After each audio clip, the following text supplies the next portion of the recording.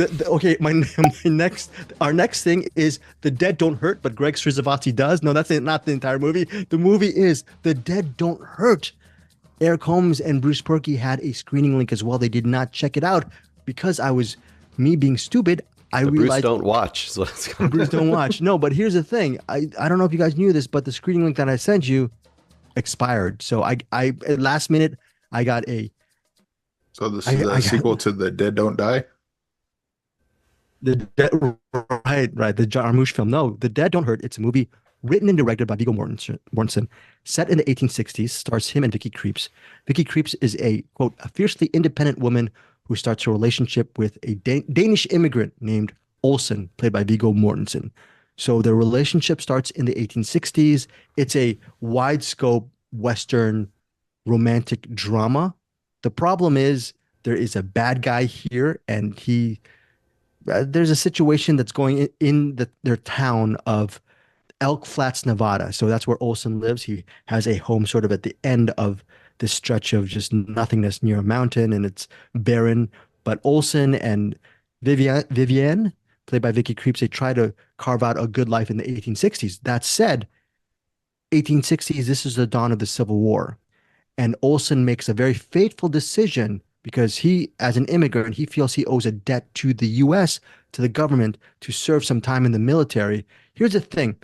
That was part of the plot synopsis, and I was actually going to do a review of this, my own solo review or a written review. I wasn't even going to mention that he joined the Civil War. This is where going back to spoiler stuff. The thing is, it's mentioned in the plot synopsis, and I feel bad because when that decision happens in the movie, it happens halfway, and you're surprised, and then it becomes another movie. So it goes to Eric's point where it's either way.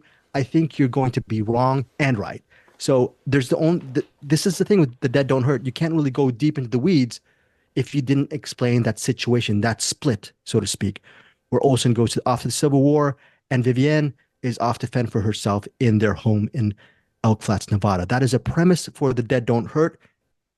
5 stars for me. I think this is one of my favorites of the year.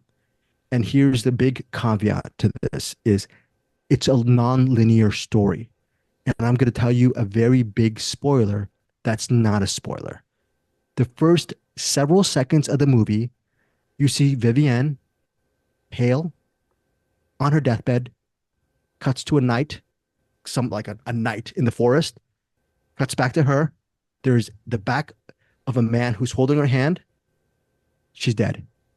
That's how the movie starts. And then it cuts to a gunfight in a saloon where the bad guy, you see him kill a bunch of people. And then the story starts. So that, first of all, that's frustrating because Vicky Krieps is possibly the main character in The Dead Don't Hurt. She's dead within the first minute. And you're thinking, oh, so I'm going to watch this Sunset Boulevard type of thing where I know the inevitable is going to happen. She's going to die. That's So number one, strike number one. Yes, Eric. quick question. You described a bunch of movies I see, and we all see where it opens with the so and so, this big, this Reveal. cold open, exciting cold open, and then someone dies or someone gets hurt or something Right. interesting happens, and then but that was 2 days ago. And then they cut back to someone waking up, checking their alarm clock, washing their hands, doing the dishes. And it's like, oh, I see why you did that because you didn't have a beginning to the movie. Is that kind of what this is? Where once Look, the interesting stuff happens at the beginning, they cut right to the who gives a crap. Let's just get on with the story already. I think logically that's the way it should have been. But I think the strike two, Eric, and I don't know, this is one of these interesting things. I don't know if you guys, I should get you screener links for this because it's such an interesting movie. The rest of the movie is non-linear. So it doesn't go back and tell you in a linear fashion what happens up to that date. It continues to be non-linear. It goes from scene 1, scene 2, scene 3. And they're all interesting is what you're getting at. Yeah, but with scene 4 should have been scene 4, but scene 4 is actually scene 16. Scene 5 is actually scene 32. So everything all along the line, it's just jumbled up.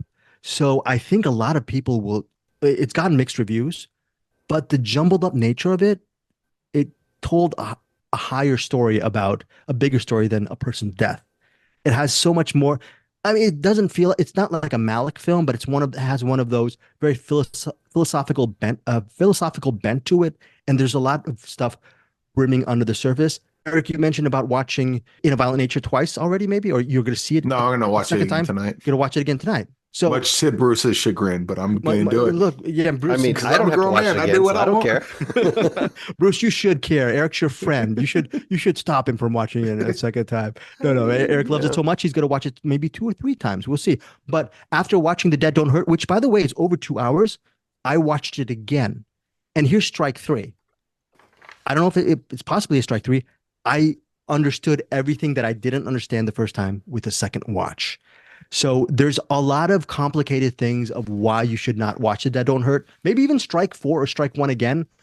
It's not your average Western where it's like a lot of shoot 'em ups.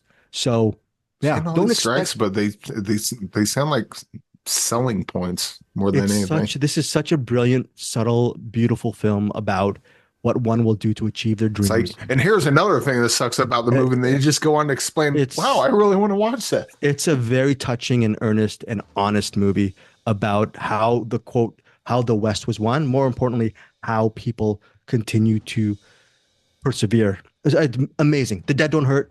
5 stars for me. I might be in the minority in this. Again, I feel very bad that Eric and Bruce, due to my failings, were not able to. You know what? I'm going to actually request a screener link for both you guys. I'm not telling you guys to get to it, but you will have the option because I think this is a brilliant film. And I would love to even hear one of you guys say, Greg, you're wrong. This movie absolutely sucked. I just want someone else to tell me what they thought of The Dead Don't Hurt.